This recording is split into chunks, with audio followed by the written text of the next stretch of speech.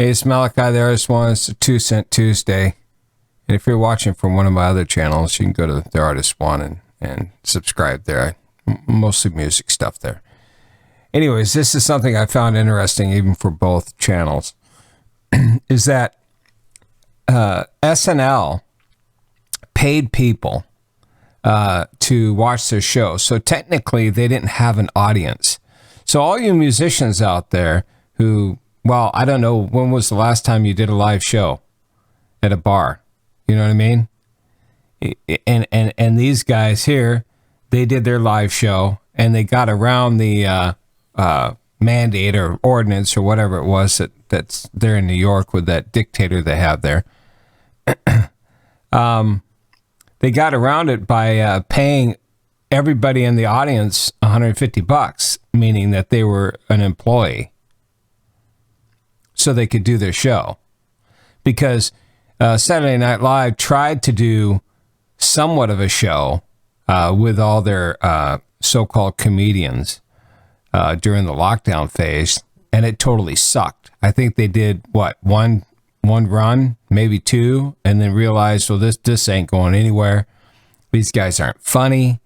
If they don't have the handwritten little things out there for them to read off of, the prompt cards, they're lost. And you can even see it when you watch the show. They can never look at the camera.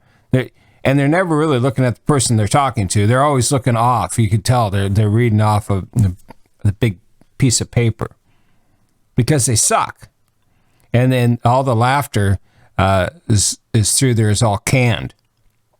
Matter of fact, I did a spoof on my Buford B. Billy Bob page where all I had was this canned laughter from the 70s. And it's just that's all it is. But yeah, the New York State Department of Health COVID guidelines for media productions with places restrictions on shows, live audiences.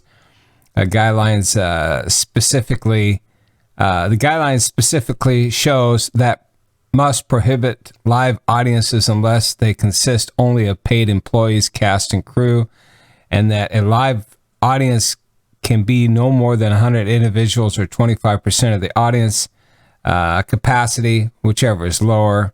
In order to follow the guidelines, SNL is essentially treating a typical studio audience like its employees by casting them to be audience members, which the New York State Department of Health confirmed to the Times is the case.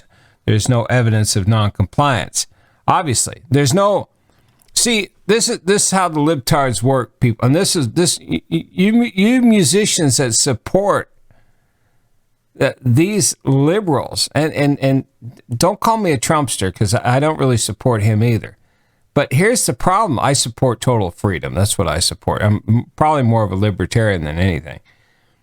The issue is this: the people that you constantly vote for, right, are the ones that do see, they didn't do anything for you. They didn't do anything for you to be able to put together shows unless you do these drive-in shows or have these shows set up with these circles that people, I mean, they did nothing for you or the places that you may have played, like the bars or the small theaters or whatever. They did nothing for you. Nothing. Not one thing. But they'll do it for their little libtard buddies because they want to be part of their club. You're not part of their club. You think you're a musician and you're a strong supporter of the Democratic Party and all this constant BS, which is amazing to me how musicians are supposed to write protest songs. You haven't written any protest songs. Everything you do now is about wanting to have continuous enslavement forever. Yeah, enslave us more, raise our taxes, blah, blah, blah. It's never about freedom. Music is supposed to be an artistic form of freedom. But as you listen to music now, it's nothing is free. There's no freedom in music. It's all canned. It's all drum machines. It's all samples. It's all, 12 producers in their 50s, older than me, some of them, sitting in a room, writing a 3-minute song with 100 different people on the on the payroll for it. It's just pathetic. Let's just continue on here. Also included the guidelines is a rule that live audiences must maintain social distancing at least 6 feet in all directions. But SNL audience showed the studio audience during Chris Rock's monologue, and they were all clustered together. Prior to the SNL had shared links to third-party website, the ODA, I guess, for fans to request tickets. He's outlined the coronavirus guidelines for audience members and restricted tickets, a request to groups of 2, 7, 8, or 9 people, according to sources. I don't know. You musicians, at some point in time, aren't you gonna open your eyes and see what's really going on? Here's the thing. You're not making any money doing music, for one, because everybody steals your music, thanks to Napster back in 1999. Trust me, I had a top 10 single on the radio. I've already posted, I don't know how many times, all my charts. But it's like, and then in 2000, it just started going more and more and more and more and more in the tank. Now, every time you play a song, and people always ask me, why do I have my songs on the end of my videos? So it's so I can be monetized and get at least 0.00001 cent, 1/10 of 1 cent off my labor. And also too, I think it's unfair for people, unless an artist wants to give away his music for free, and that's his prerogative, whether he wants to do that or not. But it's not the right for anybody to utilize, steal, or once again, utilize for their own benefits, for them to make money. It's like Saturday Night Live. I can't remember who they had as a guest artist. Let's see if it shows on who it was. She was her song sucked. I mean, it was horrible. This stupid ass chick here with she looked like a whore. And is that what music has come to? It's not about fighting against the man or the system. It's just about being a whore. Oh, let's just be a whore now. And all these idiots, this guy, these people. There's nobody wanting to be true. I don't know. I don't get it. This what kind of ticks me off with something sometimes.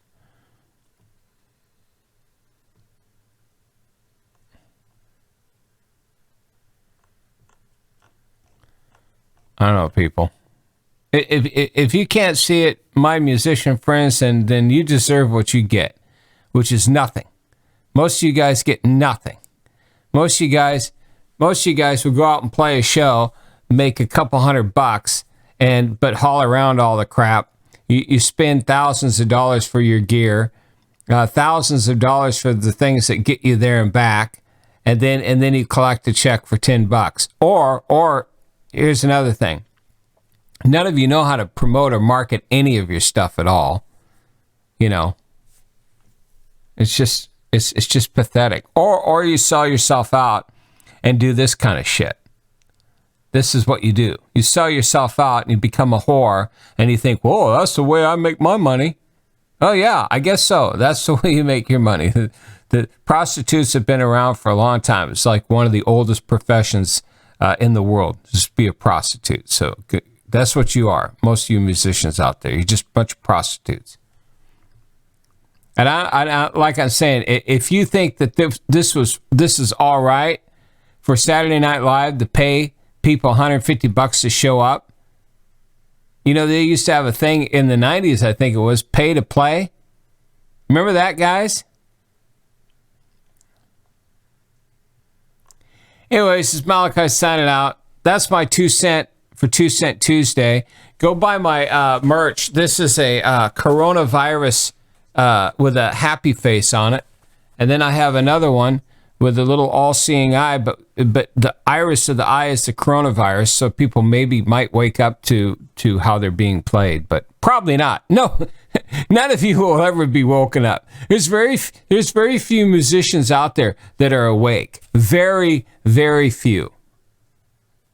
But, hey, what can I say? I can't say anything anymore. I've been talking about this stuff for years, and being a part of the music industry as an independent for years. Anyways, I'm going to leave it to my next 2 Cent Tuesday on some of those issues. But wake up, people, and start writing protest songs. I know there's a lot of great musicians out there. I've played with a lot of you guys. A lot of you guys are brilliant. You're excellent musicians. But you got to get your head out of the Democratic Party's ass, man, and start writing some music with meaning. Hell, please just write a protest song. I mean, give me a break. Anyways, Malachi signing out. Hug your kids, call your parents, go see a neighbor, repent and be baptized. Go visit the Artist One, theartist1.com. Oh boy.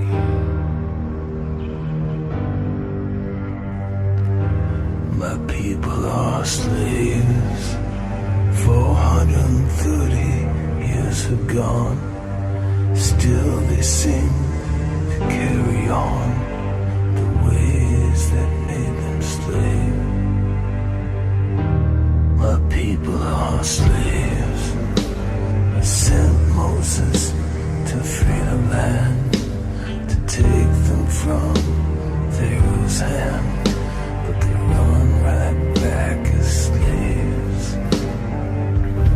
My people are slaves.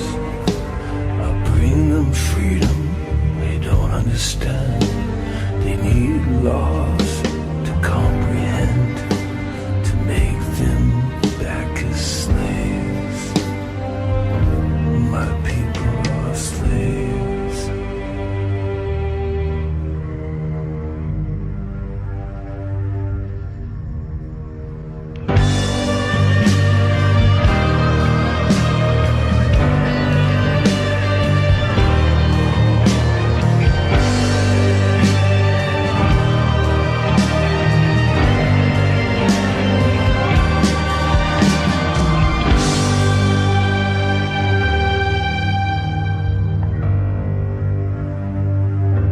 My people are slaves, going back to what they've known, to worship gods without a throne in the kingdom I have made. My people are slaves, knowing to the love I give, the freedom that comes within. So that's eternal flame. My people are slaves.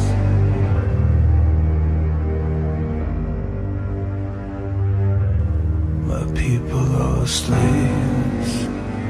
They don't understand the love I give, the freedom that comes within, taking hold